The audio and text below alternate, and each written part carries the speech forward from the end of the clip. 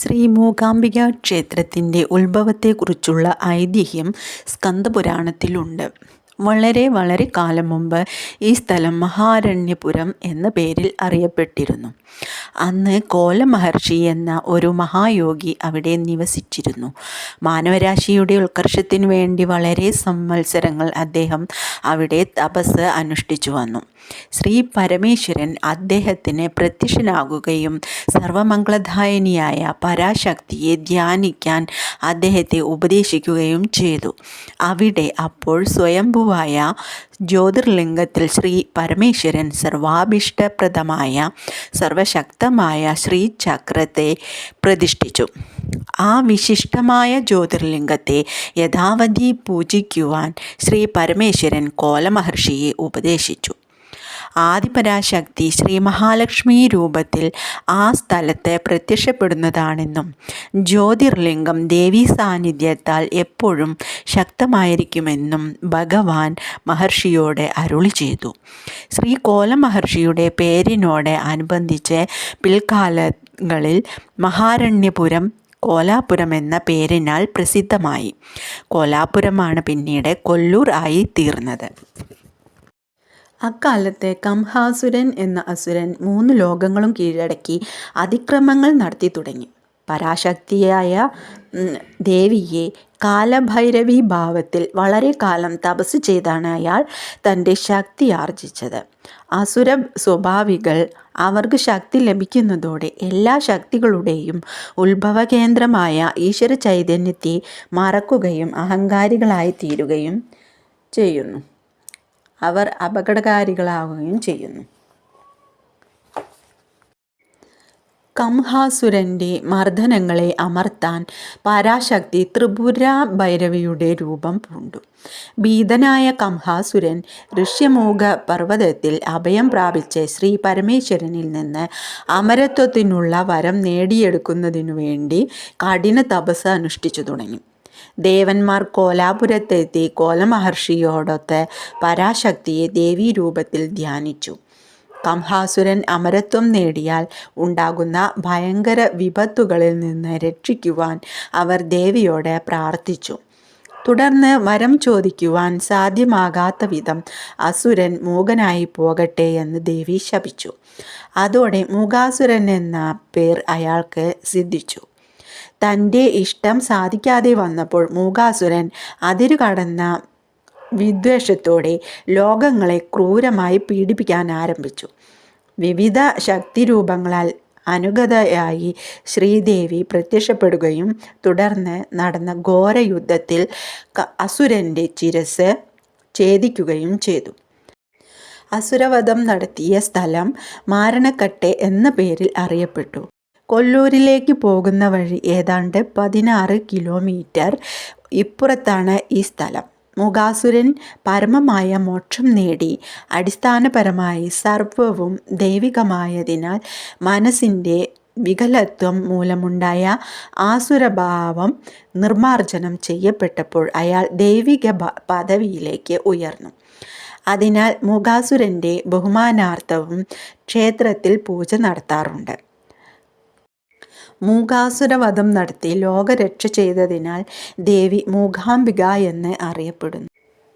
തിന്മയുടെ അന്ധകാരം എത്ര തന്നെ ശക്തമായാലും ഒടുവിൽ നന്മയുടെ അഭൗമ ശക്തിയുടെ മുൻപാകെ കീഴടങ്ങേണ്ടി വരിക തന്നെ ചെയ്യുമെന്ന് ദേവിയുമായുള്ള യുദ്ധത്തിൻ്റെ അവസാന ഘട്ടത്തിൽ മൂകാസുരന് ബോധ്യമായി. മനുഷ്യഹൃദയങ്ങളിൽ നിന്ന് ഇരുട്ട് മാറ്റുന്നതിനും ആധ്യാത്മികതയുടെ ആശ്വാസം പകർന്നു കൊടുക്കുന്നതിനുമായി ആ സ്ഥലത്തു തന്നെ കുടികൊള്ളണമെന്ന് മൂകാസുരൻ ദേവിയോട് പ്രാർത്ഥിച്ചു. അവിടെ സന്നിഹിതരായിരുന്ന ദേവന്മാരും ഋഷികളും അപ്രകാരം തന്നെ ദേവിയോട് അപേക്ഷിച്ചു. അതിനാൽ മൂകാസുരവധത്തിനു ശേഷം പരിവാര ദേവതകളോടും വിവിധ ശക്തികളോടും കൂടി ദേവി ജ്യോതിർലിംഗത്തിൽ പ്രവേശിച്ച് അതിനെ ദൈവികമായ ചൈതന്യപൂർണമാക്കി തീർത്തു. മൂകാസുരവധം സംബന്ധിച്ച ഐതിഹ്യത്തിൻ്റെ ആന്തരാർത്ഥം ചിന്താർഹമാണ്. മനുഷ്യ മനസ്സ് പലപ്പോഴും അതിന് ലഭ്യമായിരിക്കുന്ന സ്വാതന്ത്ര്യം ദുരുപയോഗപ്പെടുത്തുവാൻ ഒരുമ്പെടുന്നു. അതോടെ അഹങ്കാരത്തിൻ്റെയും അത്യാഗ്രഹത്തിൻ്റെയും അസുരഭാവം ഉടലെടുക്കുന്നു. തൻ്റെ കായിക ശക്തിയോ സമ്പത്തോ തന്നെ അതിശക്തനാക്കുന്നു എന്ന ഒരു മിഥ്യാവിചാരം മനസ്സിലുദിക്കുന്നു. എല്ലാ ശക്തികളുടെയും ഉത്ഭവ കേന്ദ്രവും തൻ്റെ ഉള്ളിലെ യാഥാർത്ഥ്യവും ആയ ആത്മസത്തയെ, ഈശ്വര ചൈതന്യത്തെ മനുഷ്യൻ വിസ്മരിക്കുന്നു. ആത്മവികാസമെന്ന ലക്ഷ്യത്തിൽ നിന്ന് അവർ വഴിതെറ്റിപ്പോകുന്നു. ഇതാണ് തിന്മയുടെ അടിസ്ഥാന കാരണം. മന്ദമായ അഹങ്കാരജടിലമായ അഹംബോധം മൂകാസുരൻ തൻ്റെ സർവശക്തിയും ഉപയോഗിച്ച് മനുഷ്യൻ്റെ ആധ്യാത്മിക വികാസമെന്ന ലക്ഷ്യത്തിന് വിഘാതമായി നിലകൊള്ളുന്നു. അപ്പോൾ അഹങ്കാരത്തിൻ്റെയും സ്വാർത്ഥതയുടെയും അന്ധശക്തികളും മനുഷ്യസത്തയെ വികസിപ്പിക്കുന്ന ആത്മീയ ശക്തികളും തമ്മിലുള്ള പോരാട്ടം രൂക്ഷമാകുന്നു. ഈ സംഘർഷം വർഷങ്ങളായി ജന്മജന്മാന്തരങ്ങളായി തുടർന്നെന്നിരിക്കും. മനുഷ്യൻ്റെ മനസ്സിൻ്റെ അഗാധ തലങ്ങളിലുള്ള ദൈവിക ശക്തികൾ മനസ്സിൻ്റെ ഒരു പാളിച്ചയായ അസുര ശക്തികളുമായി നിരന്തരം പോരാടുന്നു. അജ്ഞാനത്തിൻ്റെ മൂർത്തീകരണമായ മൂകാസുരൻ നാശമടയുവാൻ വിധിക്കപ്പെട്ടവനാണ്. എങ്കിലും അവൻ ശക്തനാണ്. അവൻ്റെ നാശത്തോടെ മനുഷ്യൻ ദൈവിക സ്വാതന്ത്ര്യത്തിലേക്ക് ഉയരുന്നു. ആ സ്വാതന്ത്ര്യത്തിനായി ഒട്ടും കാലവിളംബം ഉണ്ടാക്കേണ്ടതില്ല.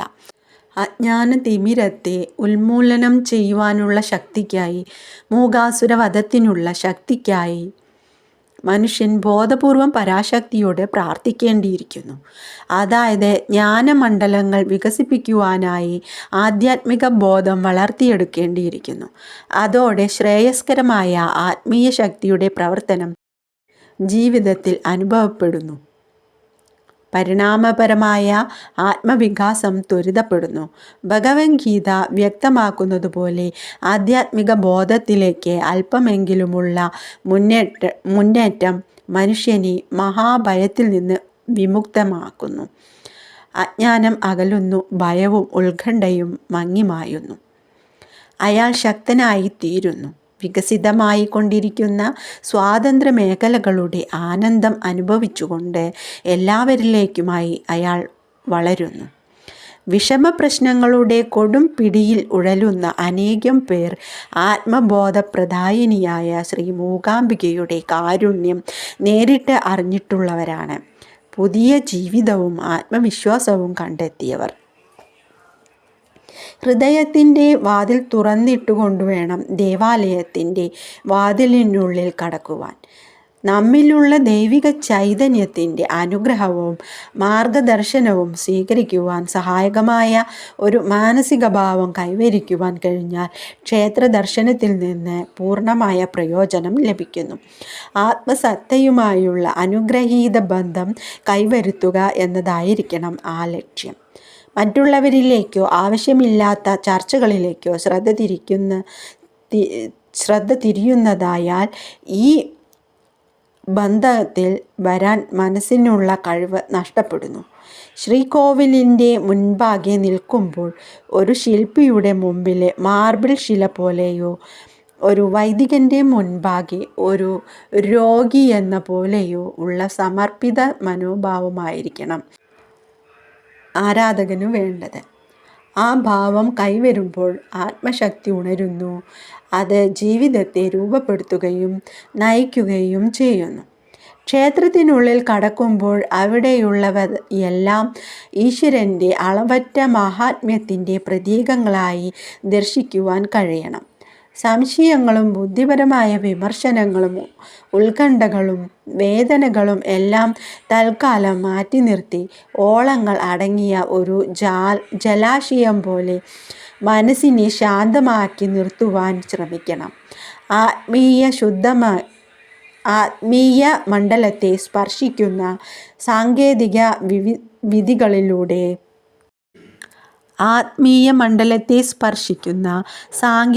വിധികളിലൂടെ പരിശുദ്ധമാക്കി നിലനിർത്തുന്ന ക്ഷേത്രാന്തരീക്ഷം ഈ ശ്രമത്തെ വളരെ സഹായിക്കുകയും ചെയ്യും.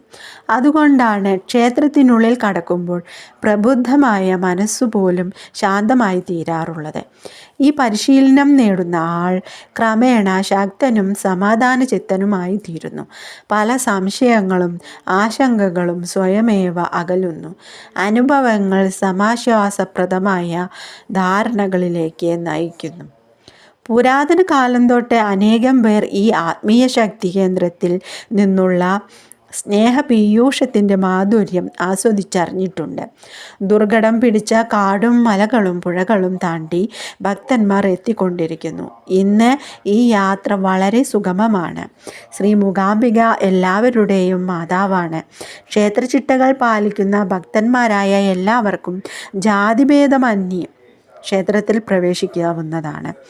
അനന്തശക്തികളോടുകൂടി തൻ്റെ ഉള്ളിൻ്റെ ഉള്ളിൽ വിളങ്ങുന്ന ജഗന്മാതാവിനെ സ്വന്തം ജീവിതഗതി ഏൽപ്പിക്കുവാൻ കഴിയുന്ന ഒരാളുടെ ജീവിതത്തിൽ അത്ഭുതങ്ങൾ സംഭവിക്കുക തന്നെ ചെയ്യുന്നു. ആ മഹാശക്തിയുടെ ഒരു പരിമിതാവിഷ്കാരമാണല്ലോ മനുഷ്യനും. ഇക്കാര്യം മനസ്സിലാക്കാത്ത ഒരാൾ താൻ വേറെ പ്രകൃതി വേറെ എന്ന ഒരു തെറ്റിദ്ധാരണയിൽ പെട്ടുപോകുന്നു. അയാൾ കൂടുതൽ പരിമിതനായി തീരുന്നു. ഓരോ ഈശ്വരപ്രേമിക്കും ഭഗവാൻ ഉറ്റ സ്നേഹിതനായും രക്ഷകനായും അനുഭവപ്പെടുന്നു. ഈ കാര്യം ലോലസുന്ദരമായി ഭാഗവതത്തിലെ രാസക്രീഡയിൽ സൂചിപ്പിച്ചിരിക്കുന്നത്. ഓരോ ഗോപികയും കൃഷ്ണനെ അവളോടൊത്ത് കാണുന്നു. ഭഗവാൻ അവളുടേത് മാത്രമാണെന്ന് ധരിക്കുന്നു. പക്ഷേ അതൊരു അഹങ്കാരമായി മാറിയാലോ? നീലോൽപ്പലനായവൻ പൊടുന്നനെ അപ്രത്യക്ഷനാകുന്നു. ആ അകൽച്ചയിൽ പുതിയ ബോധമുയരുമ്പോൾ സർവരും മനുഷ്യരും തരുലതാദികളും എല്ലാം അഖണ്ഡ സത്തയായ ഗോപകുമാരൻ തന്നെയാണെന്ന പരമബോധമുദിക്കുമ്പോൾ ആ കോമളഗാത്രൻ വീണ്ടും ഓടിയെത്തി അവരെ പുളകമണിയിക്കുന്നു. പരമാത്മാവ് ജീവാത്മാവിൽ ആനന്ദാനുഭൂതിയുടെ പുളകം ചാർത്തുന്നു. സ്കന്ദപുരാണത്തിൽ മൂകാംബിക ക്ഷേത്രത്തിൻ്റെ മഹിമയെക്കുറിച്ചുള്ള വിവരങ്ങളും അവിടുത്തെ പൂജാവിധികളുമുണ്ട്. മൂഢരും മൂഢരും കാരുണ്യത്തിനായി പ്രാർത്ഥിക്കുമ്പോൾ അവർക്ക് വിവേകവും സാമർഥ്യവും നൽകി അനുഗ്രഹിക്കുന്നവളാകയാൽ മൂകാംബിക എന്ന നാമധേയത്തിൽ ദേവി അറിയപ്പെടുന്നുവെന്ന് സ്കന്ദപുരാണത്തിലെ ശ്രീ മഹാലക്ഷ്മി അഷ്ടകത്തിൽ പറയുന്നു. മൂഢരും മൂഢരും എന്നത് വെറും അക്ഷരാർത്ഥത്തിൽ മാത്രം എടുക്കേണ്ടതില്ല. നല്ല ബുദ്ധിശക്തിയും വാക്സാമർഥ്യവും പാണ്ഡിത്യവും മറ്റുമുള്ളവരെന്ന് പൊതുവെ അറിയപ്പെടുന്നവർ പോലും മൂഢന്മാരെ പോലെ പ്രവർത്തിക്കുന്നത് നാം കാണാറുണ്ടല്ലോ. ഹൃദയം തുറന്ന് ആശ്രയിക്കുന്നവരെ ഇത്തരം ജളത്വത്തിൽ നിന്നും സ്വാർത്ഥതയുടെ ഊരാക്കുടുക്കിൽ നിന്നും വിമുക്തരാക്കി ഇരുട്ടിൽ നിന്ന് വെളിച്ചത്തിലേക്കും ജന്മസാഫല്യത്തിലേക്കും ദേവി നയിക്കുന്നു എന്നാണ് ഇതിൻ്റെ അർത്ഥം. സർവാർത്ഥ സാധികയായ ദേവി ധർമാനുസൃതമായ എല്ലാ അഭീഷ്ടങ്ങളെയും സാധിച്ചു കൊടുക്കുന്നു. ബോധവികാസത്തിൻ്റെ ആന്തരിക ശക്തികളെ ഈ മഹാശക്തി പ്രചോദിപ്പിക്കുകയും ഉണർത്തുകയും ചെയ്ത് ജീവിതയാത്ര സുഗമമാക്കി തീർക്കുന്നു. അവിടുത്തെ പൂജാവിധികളെക്കുറിച്ച് പറയുകയാണെങ്കിൽ രാവിലെ 5 മണിക്ക് ക്ഷേത്രം തുറക്കുന്നു. നിർമാല്യ സമയം പ്രശാന്തസുന്ദരമാണ്. തുടർന്ന് ദന്തധാവന പൂജയും ഉദയകാല പൂജയും നടക്കുന്നു. ശ്രീബലി പ്രദക്ഷിണത്തിനു ശേഷം ഗുഡിശാന്തി എന്ന ഒരു മധുരപ്രസാദം എല്ലാവർക്കും നൽകുന്നു. മധ്യാഹ്ന പൂജ 11 മണിക്ക് ആരംഭിക്കുന്നു. ഉച്ചയ്ക്ക് 1 മണിയോടുകൂടിയാണ് മംഗലാരതി. ശ്രീബലി പ്രദക്ഷിണത്തിന് ശേഷം ക്ഷേത്രം അടയ്ക്കുന്നു. ഉച്ചയ്ക്ക് ശേഷം 3 മണിക്ക് ശ്രീകോവിൽ വീണ്ടും തുറക്കുന്നു. വൈകുന്നേരം 7 മണിക്ക് പ്രദോഷ പൂജ നടക്കുന്നു. ദേവീസന്നിധിയിൽ നടക്കുന്ന പ്രധാന പൂജകളെല്ലാം തുടർന്ന് ശ്രീ വീരഭദ്രസ്വാമി ക്ഷേത്രത്തിലും നടത്തപ്പെടുന്നു. ശ്രീ ബലി പ്രദക്ഷിണത്തിന് ശേഷം ബലിമൂർത്തിയെ സരസ്വതി മണ്ഡപത്തിൽ ആനയിക്കുന്നു. അവിടെ മംഗളാരതിയും അഷ്ടവാദന സേവയും നടക്കുന്നു. ബലിമൂർത്തിയെ ശ്രീകോവിലിലേക്ക് എഴുന്നള്ളിച്ചതിന് ശേഷം കഷായ തീർത്ഥം എന്ന ഒരു പ്രത്യേക തീർത്ഥം എല്ലാവർക്കും നൽകുന്നു. രാത്രി 9 മണിയോടുകൂടി നട അടയ്ക്കുന്നു. ശ്വേതവരാഹകൽപ്പം എന്നു പേരുള്ള കൽപ്പത്തിലെ 7ാമത്തെ മന്വന്തരമായ വൈവസ്വത മന്വന്തരത്തിലെ 28ാം ചതുർയുഗത്തിലുള്ള കലിയുഗത്തിലെ പ്രഥമ പാദത്തിലാണ് നാം ജീവിക്കുന്നത്. അതിസൂക്ഷ്മവും വളരെ അപാരവുമായ കാലഗണനകൾക്ക് നമ്മുടെ പൂർവികർ രൂപം നൽകിയിരിക്കുന്നു. ഒരു ചതുർയുഗത്തിൽ 36 ലക്ഷം വർഷങ്ങളാണ് ഉള്ളത്. അങ്ങനെയുള്ള 71 ചതുർയുഗങ്ങൾ ചേർന്നതാണ് ഒരു മന്വന്തരം. 14 മന്വന്തരങ്ങൾ ചേർന്ന് ഒരു കൽപ്പം. അങ്ങനെയുള്ള ജംബുദ്വീപം എന്ന് പൗരാണികർ നാമം നൽകിയ ഒരു ഭൂവിഭാഗത്തിൽ ഉൾപ്പെടുന്ന ഭാരതഖണ്ഡത്തിൽ ഹിമാലയത്തിന് തെക്കുഭാഗത്തായുള്ള സഹ്യാദ്രിയുടെ തെക്കുവശത്ത് ദിവ്യതീർത്ഥങ്ങളാലും ദിവ്യാത്മാക്കളായ മഹർഷിമാരുടെ സാന്നിധ്യത്താലും പവിത്രമായ കുടജ പർവ്വതത്തിൻ്റെ താഴ്വരയിലും ദിവ്യതീർത്ഥമായ സൗപർണികയുടെ തീരത്തും സ്ഥിതി ചെയ്യുന്ന ക്ഷേത്രത്തിൽ അനുഗ്രഹപ്രദമായി വിളങ്ങുന്ന ഒരു ദിവ്യശക്തിയുടെയും ഐക്യരൂപവും ആധാരവുമായ ശ്രീ മൂകാംബികയുടെ ദിവ്യ സന്നിധാനത്തിലാണ് നാം എത്തിയിരിക്കുന്നതെന്ന് സ്മരിച്ചുകൊണ്ട് പ്രാർത്ഥന ആരംഭിക്കണം. ഏകാഗ്രമായ മനസ്സോടെയും നിർമ്മലമായ ഹൃദയത്തോടും കൂടി പ്രാർത്ഥന നടത്തുമ്പോൾ തൽഫലം ഉളവാകുന്നു. ഈ ജന്മത്തിലും ജന്മാന്തരങ്ങളിലും മനസ്സാവാച കർമ്മണ ചെയ്തുപോയ പാപങ്ങളുടെ ഫലത്തിൽ നിന്ന് മോചനം നേടാനും ഈ ജന്മത്തിനും വരാൻ പോകുന്ന ജന്മത്തിലും ധർമ്മം ആചരിച്ചുകൊണ്ട് ആയുരാരോഗ്യത്തോടെയും ആനന്ദത്തോടെയും ഐശ്വര്യത്തോടും കൂടി ആത്മബോധത്തിലേക്ക് ഉയരുവാനുള്ള അനുഗ്രഹത്തിനായി ജഗദംബികയോട് പ്രാർത്ഥിക്കുന്നു. രോഗങ്ങളുടെയും ദുഷ്ടശക്തികളുടെയും ബാധയിൽ നിന്ന് സംരക്ഷിച്ച് വിശിഷ്ട ഗുണങ്ങളും സദ്വിദ്യയും സമ്പാദിക്കുവാനുള്ള കഴിവ് നൽകി ജീവിതയാത്ര ശ്രേയസ്കരമാക്കി പരമലക്ഷ്യമായ മോക്ഷം അപരിമേയമായ ആത്മബോധം കൈവരിക്കുവാനായി അനുഗ്രഹിക്കുവാൻ ശ്രീ മഹാകാളി, മഹാലക്ഷ്മി, മഹാസരസ്വതി, ഐക്യരൂപിണിയായ ശ്രീ മൂകാംബികയുടെ സവിധത്തിൽ ഇപ്രകാരം പ്രാർത്ഥന അർപ്പിക്കുന്നു. സ്വസ്തി ശ്രീമദ് ഭഗവതോ മഹാപുരുഷസ്യ. മൂകാംബികയിലെ ഉത്സവത്തെക്കുറിച്ച് പറയുകയാണെങ്കിൽ ഫാൽഗുണ മാസത്തിലാണ് വസന്തോത്സവമായ രഥോത്സവം എന്ന് വെച്ചാൽ മാർച്ച് ഏപ്രിൽ മാസത്തിൽ. ജ്യേഷ്ഠമാസത്തിൽ ജൂൺ ജൂലൈ വെളുത്ത പക്ഷത്തിലെ അഷ്ടമി ദേവിയുടെ അവതാര ദിനമായി ആഘോഷിക്കുന്നു. കാർത്തിക ദീപം, മഹാലക്ഷ്മി വ്രത ദിനം, മഹാശിവരാത്രി, ശ്രീകൃഷ്ണ ജയന്തി, വിനായക ചതുർത്ഥി, ജ്യേഷ്ഠ ലക്ഷ്മി വ്രത ദിനം, ശങ്കര ജയന്തി എന്നീ പുണ്യദിനങ്ങളിലും പ്രത്യേക പൂജകൾ നടത്തുന്നു. രഥോത്സവത്തെക്കുറിച്ച് പറഞ്ഞാൽ ഫാൽഗുന മാസം മാർച്ച് ഏപ്രിൽ മാസം രഥോത്സവമായി ആചരിക്കുന്നു. ക്ഷേത്രത്തിലെ പ്രധാന ഉത്സവം ഇതാണ്. മനുഷ്യാത്മാവിൽ കുടികൊള്ളുന്ന ആനന്ദത്തിൻ്റെ ബാഹ്യപ്രകടനമാണ് ക്ഷേത്രോത്സവങ്ങൾ. പ്രകൃതിയുടെ ആനന്ദവും മനുഷ്യൻ്റെ ആനന്ദവും സമ്മേളിക്കുന്ന ഘട്ടങ്ങളാണ് ഇവ. ഫാൽഗുണ മാസത്തിൽ വെളുത്ത പക്ഷത്തിലെ ഉത്രം നക്ഷത്രത്തിൽ ദേവിയുടെ വാഹനമായ സിംഹത്തിൻ്റെ രൂപം അങ്കിതമായ കൊടിമരത്തിൽ ഉയർത്തപ്പെടുന്നു. തുടർന്ന് മൂലം നക്ഷത്രം വരെയുള്ള 8 ദിവസങ്ങളിൽ വിവിധ ഉത്സവ ചടങ്ങുകൾ നടക്കുന്നു. 9ാം ദിവസം ആറാട്ടിന് ശേഷം ഉത്സവം സമാപിക്കുന്നു. ശൈത്യകാലം വസന്തത്തിന് വഴിമാറി കൊടുക്കുകയായി. കാടുകൾ തളിരിടുന്നു, പ്രകൃതി സുഗന്ധ പുഷ്പങ്ങൾ അണിയുന്നു. കുടജാദ്രിയുടെ താഴ്വരയിൽ ജഗജ്ജനനിയുടെ ക്ഷേത്രം ആ വസന്ത ശോഭയിൽ മുഴുകുന്നു. ത്രിപുരസുന്ദരിയുടെ സൗന്ദര്യ രൂപത്തിൽ നിന്ന് ജന്മമെടുത്ത പുഷ്പങ്ങൾ ആ ദിവ്യപാദങ്ങളിൽ അർപ്പിക്കപ്പെടുവാൻ കൊതി പൂണ്ട് നിൽക്കുന്നു. ദേവിയുടെ ഗംഭീര രഥം ഓടിപ്പിടിപ്പിച്ച് ഒരുക്കുവാനുള്ള അവകാശം സമീപദേശങ്ങളിലുള്ള മീൻപിടുത്തക്കാർക്കാണ്. അവർ തടിയും മുളയും കൊണ്ട് തട്ടുതട്ടുകളായി മേൽപോട്ടുയർത്തുന്ന രഥത്തിന് ഒരു അത്ഭുതാകാരം തന്നെ കൈവരുന്നു. വർണ്ണക്കടലാസുകളാലും കുരുത്തോലകളാലും പുഷ്പങ്ങളാലും അത് കമനീയമായി അലങ്കരിക്കപ്പെടുന്നു.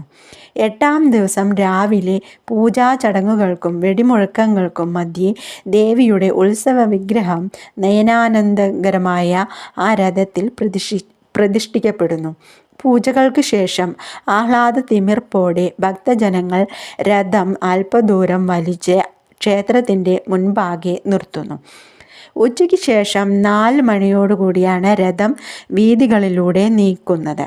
നീണ്ട വടങ്ങൾ കൊണ്ട് മുന്നിലും പിന്നിലും നിയന്ത്രിക്കപ്പെടുന്ന വലിയ രഥം വലിക്കുന്നതിൽ ആബാലവൃദ്ധം ജനങ്ങളും ഉത്സാഹത്തോടെ പങ്കെടുക്കുന്നു. പടിഞ്ഞാറേക്ക് കുറേ ദൂരം ഏതാണ്ട് സൗപർണിക സ്നാനഘട്ടത്തിലുള്ള തെരുവിനടുത്തുവരെ രഥം വലിച്ചുകൊണ്ടു പോയ ശേഷം ക്ഷേത്രത്തിനുള്ളിൽ തിരിച്ചു കൊണ്ടുവരും. 9-ാം ദിവസം രാത്രിയിൽ ക്ഷേത്രത്തിനുള്ളിൽ സരസ്വതി മണ്ഡപത്തിനടുത്തുള്ള വെള്ളം നിറച്ച ഒരു കുളത്തിൽ കേലി എന്നറിയപ്പെടുന്ന ഒരു മത്സരക്കളി നടത്തുന്നു. അർദ്ധരാത്രിയോടെ ദേവിയുടെ ഉത്സവ വിഗ്രഹത്തെ ആറാട്ടിനായി സൗപർണികയിലേക്ക് എഴുന്നള്ളിക്കുന്നു. നീരാട്ടിന് ശേഷം വിഗ്രഹത്തെ ക്ഷേത്രത്തിന് പടിഞ്ഞാറായി കുറച്ചകലെയുള്ള ഒരു മണ്ഡപത്തിൽ വെച്ച് ആ രാത്രിയിൽ ആരാധിക്കുന്നു. അടുത്ത ദിവസം പ്രഭാതത്തിൽ അശ്വാരൂഢയായി ദേവി ക്ഷേത്രത്തിലേക്ക് മടങ്ങുന്നു. ഉത്തുംഗമായ കുടജാദ്രിയുടെ പിന്നിൽ നിന്ന് പ്രസരിക്കുന്ന സൂര്യകിരണങ്ങൾ തട്ടി കുതിരയുടെ രൂപമുള്ള മഞ്ചത്തിൽ വർണ്ണഭംഗിയാർന്ന ഒരു അലൗകിക പ്രഭയിൽ വിളങ്ങി ദേവീ വിഗ്രഹം മെല്ലെ മുന്നോട്ട് നീങ്ങുന്നത് എത്ര നയനാനന്ദകരമാണ്. ക്ഷേത്രോത്സവങ്ങളിൽ അധികവും വസന്തകാലമാണ്. ശാന്തസുന്ദരമായ വനാന്തരങ്ങളിലൂടെ ഒഴുകിവരുന്ന സൗപർണിക സ്വന്തം നാമധേയം പോലെ തന്നെ സൗന്ദര്യവുമാണ്. 64 പുണ്യതീർത്ഥങ്ങൾ ഉൾപ്പെടെ അനേകം അരുവികൾ കുടജാദ്രിയിൽ നിന്നും സമീപ പ്രദേശങ്ങളിൽ നിന്നും ഉത്ഭവിച്ച് കാശീതീർത്ഥമെന്നും അഗ്നിതീർത്ഥമെന്നും അറിയപ്പെടുന്ന 2 ചെറുപുഴകളായി ശ്രീ മൂകാംബികാ ക്ഷേത്ര സന്നിധിയിലെത്തുന്നു. ക്ഷേത്രത്തിൻ്റെ കിഴക്കേ നടയിലൂടെ വടക്കോട്ടൊഴുകുന്ന ചെറുനദിയാണ് അഗ്നിതീർത്ഥം. ക്ഷേത്ര പരിസരത്തു വെച്ച് ഇവ രണ്ടും യോജിച്ച് സൗപർണിക രൂപം കൊള്ളുന്നു. ശ്രീ മഹാവിഷ്ണുവിൻ്റെ വാഹനമായ ഗരുഡൻ അഥവാ സുപർണൻ നദീതീരത്ത് തപസ്സു ചെയ്തതിനാലാണ് സൗപർണിക എന്ന് അറിയപ്പെടുന്നത്. സൗപർണികയിലെ പ്രധാന സ്നാനഘട്ടത്തിന് അടുത്തെത്തുമ്പോൾ പാതയുടെ ഇടതും വലതും ഉള്ള മലഞ്ചെരുവുകളിൽ സർപ്പഗുഹ, ഗരുഡഗുഹ എന്ന 2 ഗുഹകളുണ്ട്. പുരാതനമായ ഒരു ചെറിയ ഗണപതി ക്ഷേത്രം സൗപർണിക സ്നാനഘട്ടത്തിൻ്റെ കരയിൽ സുരഭിലമായ പുഷ്പങ്ങളാൽ അർച്ചന നടത്തുന്ന ഇലഞ്ഞിമരങ്ങളുടെ തണലിൽ ഉണ്ട്. മറ്റൊരു പുണ്യസ്ഥാനമാണ് ധർമ്മപീഠം. ശ്രീ മൂകാംബികാ ക്ഷേത്രത്തിൽ നിന്ന് ഏതാണ്ട് 2 കിലോമീറ്റർ വടക്കായി കുടജാദ്രിയിലേക്ക് പോകുന്ന മാർഗമാണ് ധർമ്മപീഠം. ഉന്നതമായ പർവ്വതനിരകളാൽ ചുറ്റപ്പെട്ട പ്രകൃതി മനോഹരമായ ഒരു വിശാല പ്രദേശമാണിത്. പാലക്കാട് ജില്ലയിൽ വണ്ടിത്താവളത്തിൽ ആസ്ഥാനമായിരിക്കുന്ന തപോവരിഷ്ഠാശ്രമം അധ്യാത്മസാധനയ്ക്കായി രൂപകൽപ്പന ചെയ്ത ഒരു സ്ഥാനമാണ് ധർമ്മപീഠം. പുണ്യാത്മാവായ ശ്രീ തഥാഗതനാണ് തപോവരിഷ്ഠാശ്രമത്തിലെ ഗുരു. ഉദ്ദേശ്യപൂർണമായ സാമൂഹ്യബോധത്തിലൂടെ ആത്മീയ വികാസം നേടുവാനുള്ള ഉപദേശത്തിലൂടെ അദ്ദേഹം മനുഷ്യന് ആശ്വാസവും മാർഗദർശനവും നൽകുന്നു. ശ്രീ തഥാഗതൻ്റെ സമന്വയ ദർശനം പ്രശാന്തവും ചൈതന്യവത്തുമായ കേന്ദ്രം ദർശിക്കുന്നവർക്ക് പ്രചോദനം നൽകുന്നു. ശ്രീ മൂകാംബികാ ക്ഷേത്രത്തിന് മുൻവശത്ത് മതിൽക്കെട്ടിനു വെളിയിൽ തെക്കുകിഴക്കായി ഒരു ഗണപതി ക്ഷേത്രമുണ്ട്. അതിൻ്റെ വലതുഭാഗത്തുള്ള ഇടവഴിയിലൂടെ തെക്കോട്ട് അല്പം ദൂരം പോയാൽ മനോഹരമായ ശ്രീകൃഷ്ണ വിഗ്രഹമുള്ള ഒരു ചെറിയ ക്ഷേത്രത്തിലെത്താം. ഇവിടെ നിന്ന് കിഴക്കോട്ട് നടന്ന് കുറേ ദൂരം വനത്തിനുള്ളിലേക്ക് നടന്നാൽ മധുതീർത്ഥം എന്നൊരു തീർത്ഥമുണ്ട്. വൃക്ഷങ്ങളുടെ അടിയിൽ കുഴിച്ചിട്ടിരിക്കുന്ന ഒരു മൺപാത്രത്തിൽ ഈ തീർത്ഥം ഊറിക്കൊണ്ടിരിക്കുന്നു. വനങ്ങൾ ഇരുവശവും തിങ്ങി നിൽക്കുന്ന പ്രധാന പാതയിൽ ക്ഷേത്രത്തിൽ നിന്ന് ഏതാണ്ട് 1 കിലോമീറ്റർ പടിഞ്ഞാറായി ശുക്രാചാര്യരാൽ സ്ഥാപിക്കപ്പെട്ടതെന്ന് വിശ്വസിക്കപ്പെടുന്ന ശ്രീ സിദ്ധേശ്വര ക്ഷേത്രവുമുണ്ട്. ശ്രീ സിദ്ധേശ്വര ക്ഷേത്രത്തിന് അല്പം പടിഞ്ഞാറായി വനപാലകരായ ഭൂതഗണങ്ങളെ ആരാധിക്കുന്ന ഒരു കാവാണ് മാസ്തികട്ടെ. ഇതിനടുത്ത് കാട്ടിനുള്ളിൽ ഒരു ചെറിയ കുളമുണ്ട്. ഈ കുളക്കരയിൽ ഒരു പുരാതന ആശ്രമമുണ്ടായിരുന്നുവെന്നും ശ്രീ ശങ്കരാചാര്യ സ്വാമികൾ ക്ഷേത്രത്തിൽ എത്തുന്നതിനു മുമ്പ് ഈ ആശ്രമത്തിൽ വിശ്രമിച്ചിരുന്നതായും കരുതപ്പെടുന്നു. കുടജാദ്രിയാണ്. സൗന്ദര്യാരാധകർക്കും തീർത്ഥാടകർക്കും ഒരു അലൗകിക ദർശനം നൽകുന്ന സ്ഥലമാണ് കുടജാദ്രി. അതിൻ്റെ നെറുകയിൽ നിന്നുകൊണ്ട് തീർത്ഥാടകൻ ഈശ്വര മഹത്വം പ്രകൃതി സൗന്ദര്യത്തിൽ കണ്ട് ആസ്വദിക്കുന്നു. ചരിത്രപരമായും ആത്മീയമായും വളരെ പ്രാധാന്യമുള്ള ഒരു സ്ഥലമാണ് കുടജാദ്രി.